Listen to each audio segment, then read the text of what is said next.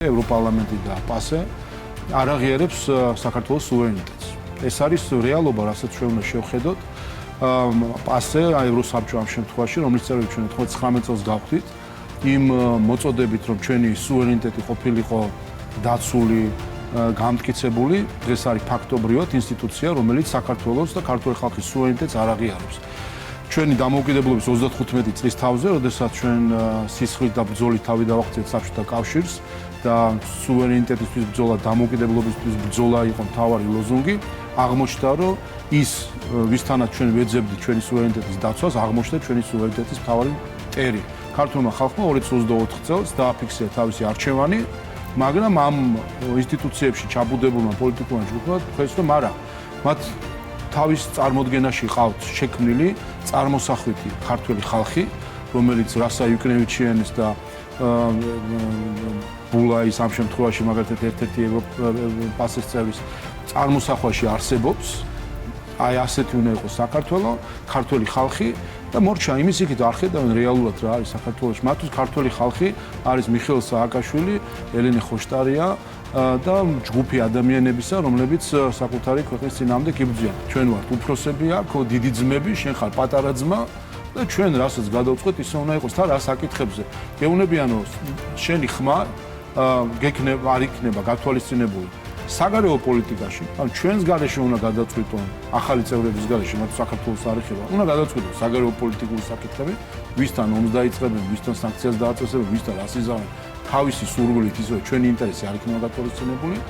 უნდა გადაწყვიტონ მაგალითად ევროკავშირის ხელშეკრულებების საკითხი, ისე შეცვლიან ყველაფერს, არაფერს ვკითხავენ, ბიუჯეტის და ფინანსების საკითხი, უფლებების საკითხი, დაამატებენ, გამოიგონებენ ახალ უფლებებს, ისე რომ არც კი ვკითხავენ ჩვენ. ანუ ასეთ წევრობაზე რა თქმა უნდა ჩვენ განაცხადი არ გავკეთებია და ეს არის პრობლემა, რომ კითხვა რაშიც მდგომარეობს არის რომ ხომ არ არის ეს შემთხვევით ბრიუსელის გასვლის ტაქტიკა გაფართოების პოლიტიკიდან. რომ ცდილობენ შემოიღონ რაღაც ისეთი ახალი წესები, შუა თამაში ფაქტობრივად, არათუ თამაშის წესებს ცვლიან, თამაშცვლიან. სხვა თამაშები. ჩვენ ვიქნებით არა გუნდის ერთი თანაბარი წევრი, არამედ რაღაცა ორდონიანი გუნდი იქნება, სადაც იქნებიან უფროსი და უმცროსი წევრები. თავად ეს საკითხი გაფართოებისა დადგა უკრაინის ომის დაწყებიდან მეორე დღეს, როდესაც სულ სხვა თემებით უნდა ყოფილიყო დაკავებული წესით ბრიუსელი. უნდა ყოფილიყო დაკავებული უკრაინისთვის დახმარებით, რატომღაც თავარი თემა შუა ომში, სადაც ქალები, ბავშვები, ჯარისკაცები იხოცებოდნენ.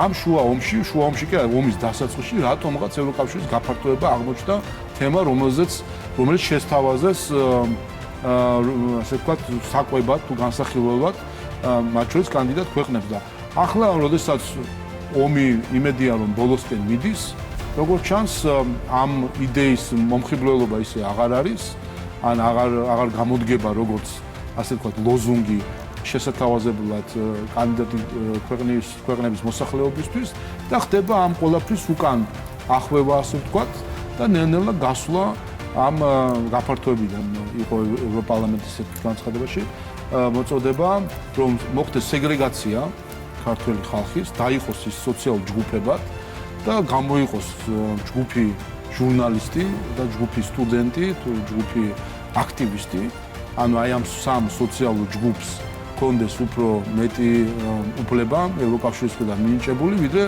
მუშას, გლეხს, ინჟინერს და ექიმს. ეხლა ამ მიდგომებით სეგრეგაციით, როდესაც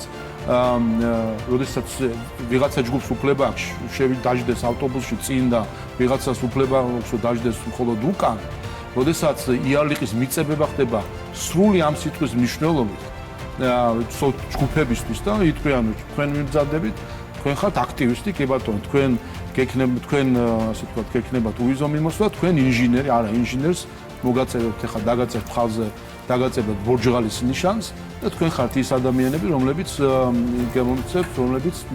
მართლაც მოპყრობა იქნება სხვანაირად. ეს არის ინსტრუმენტი და რა თქმა უნდა, როდესაც ამას იყენებენ როგორც ინსტრუმენტად, იქ ყველაფერი შეიძლება მოლოდინი კონდეს. ერთადერთი არის, რომ ჩვენ ეს უნდა დავანახოთ, რომ ამ იარაღად არავის არ გამოვაყენებიათ არანაირ სავიზო მიმოსვლის საკითხს და ეს საკითხი, როდესაც ასე არაკეთილსინდისიერად ხდება ამის გამოყენება ქართული ხალხის იძულებაზე, რომ მან უარი თქვას საკუთარ ნებაზე, უარი თქვა საკუთარ სუვერენიტეტზე, ვიზის სანაცვლოდ ეს თავისი არსით არის უკვე არა თუ ანტიევროპული. ეს არის ანტიცივილიზაციური ნაბიჯები. თავარი პრობლემა, რატომაც დაზიანდა ქართულ-ამერიკული ურთიერთობები, იყო წინა ადმინისტრაციის უსამართლო მიდგომა. წინა ადმინისტრაცია ცდილობდა საქართველოში ანტიდემოკრატიული ხერხებით ხელისუფლების შეცვლას, ეს არის ფაქტი.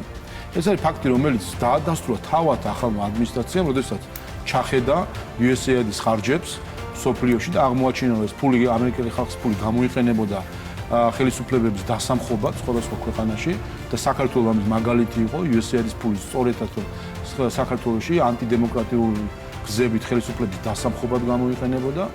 2020-ის არჩევნები, 24-ის არჩევნები ეს ნახეთ ყველა. ამიტომ ერთადერთი გზა რომ უსამართლობა გამოსწორდეს, ეს არის სამართლიანი მიდგომა. ამიტომ ჩვენ ველით სამართლიან ნაბიჯებს და ამის გააზრებას და ასე დამოკიდებულებას ამერიკის შეერთებულ შტატების ახალი ადმინისტრაციიდან. მე ვფიქრობ, რომ ყველაზე კარგი დიაგნოზი თუ რა სჭირს დღეს რადიკალურ ჯგუფებს, დასვა ნაციონალური მოძრაობის თავმჯდომარეობის ახალმა კანდიდატმა, ქალბატონმა ჟორჟოლიანმა, რომელმაც გაკვირვებით განაცხადა, რომ ის იმყოფებოდა რეგიონში, იმყოფებოდა ოჯახებში, ქალაქად, სოფლად, თბილისში, რეგიონში და აღმოაჩინა, რომ ამ ადამიანების ურთიერთობებისას ქართული სუფრის გარშემო თურმე სადაძელობის თანმიმდევრობა ყოფილა ჯერ უფლის სადაძელო, მშვიდობის სადაძელო და შემდეგ საქართველოს სადაძელო. და ეს მისთვის იყო აღმოჩენა. იმდენად გახდა მსახური უცხოსი, რომ ქართულ ხალხთან დაკარგეს ელემენტარული კავშირით, რომ ადამიანებმა ახლა აღმოაჩინეს, რომ ქართულ სუფრაზე პირველ სადაძელოდ უფლის სადაძელო აიწერა. ეს ახლა აღმოაჩინა. წარმოგიდგენიათ, რამხელა უბსკურული არის ამ მცირე რადიკალურ აგენტურულ ჯგუფსა და ქართულ ხალხს შორის. იმდენად იყურეს ერთი მიმართულებით თუ მაღლა თავის დამკვეთებთან, რომ მათ გარშემო ხალხი რითი ცხოვრობს, რა უჭირს, რა ულხინს, რაზე ფიქრობს, ეს ყველაფერი ამ ყველაფერმა ჩაიარა მათ გვერდში, ისე რომ ვერც კი ამჩნია. იციან ერთი რა მოსწონს რასა იუკნევიჩიანეს და რა მოწონს პოსტა ზინგერის ადამიანებს, რომელსაც ასევე ესეთივე პრობლემები აქვს. სინამდვილეში დავფიქრდეთ ჩვენ, აი ევროპარლამენტში ვინ არიან ის ადამიანები, ვინც გვებძვიან. ასტრახანში დაბადებული და გაზრდილი ლაგოდინსკი, რომელიც დღეს თავს ეძახის გერმანელ დეპუტატს ევროპარლამენტის, რომელიც ასტრახანში დაბადებული გაზრდილი რუსია, ლაგოდინსკი. შემდეგ ბატონი უშაკოვსი, ლატვიელი ევროპარლამენტარი, რომელიც სინამდვილეში უშაკოვია გვარად და აქვს ლატვიურ ყაიდაზე გადაკეთებული, იმიტომ თავის იდენტობას გაუღებს. ქალბატონი იუკნევიჩიანი, რომელიც კაფიო მკვეთრი რუსული აქცენტით საუბრობს ინგლისურად, იმიტომ გახლავთ გორბაჩოვის თანამებრძოლი, პერესტროიკის დროინდელი გორბაჩოვის თანამებრძოლი.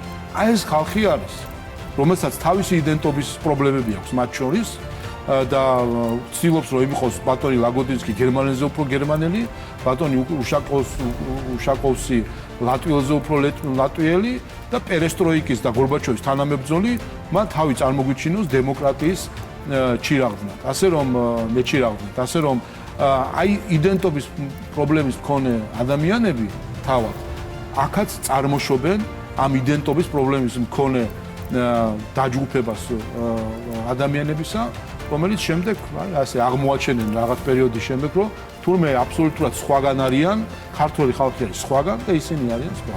ცოტა ხნის წინ ნახეთ, რომ სახელმწიფო უსაფრთხოების სამსახურმა კონტრდაზვერვის საქმიანობის ოპერაციის ფარგლებში გამოავლინა რამდენიმე ჯაშუში.